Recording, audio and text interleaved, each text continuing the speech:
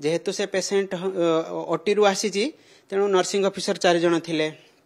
से मैंने कौन से पेसेंट रो डिटेल लिखबारे टिके बिजी रही से टाइम भितर सी टांगी हो जाइए। पेसेंट जने दिलीप साहू करी से 70 years mail orthopaedic ward D5 रे एडमिट थिले 5 तारिख रो तांकर नी रिप्लेसमेंट होबार थिला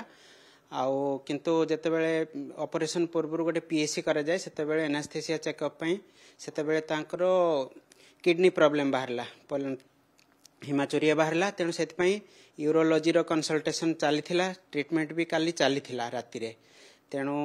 राति 1 रु 1:15 भितर सी सुइसाइड कला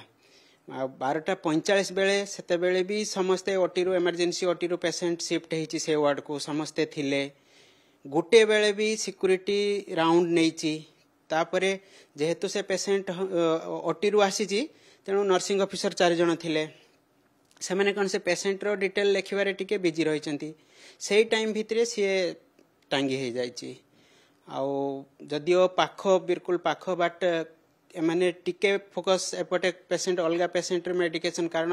बेड रे 38 टोटाल पेसेंट अच्छी 4 जन नर्सिंग ऑफिसर बोथ साइड रे तेणु जने जनक 8टा 9टा पेसेंट तेणु ए पेसेंट देखिकी जिते आउ पेसेंट देखी ये करछंती कारण कहार मेडिकेशन चलची तार भी बंद हबो तेणु से सबरे सेपटे जमते टिके से माने कंसंट्रेट कर देछंती अनफॉर्चुनेट ये सही समय रे एमती सुसाइड कर देछि नहीं कौन से किछि नहीं सेमती किछि इंसिडेंट हेनी कारण 5 तारिख रु हेची 15 तारिख टाइम लागी ट्रीटमेंट रे कारण तार एनास्थेसिया अलगा प्रॉब्लम अच्छी बोली अदरवाइज हॉस्पिटल साइड रो किछि भी तांकर जी झियो सी सबुदिन रुहंती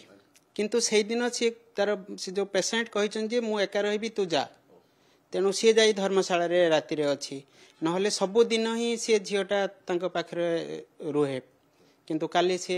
रही नहीं केस न आम इनक्वारी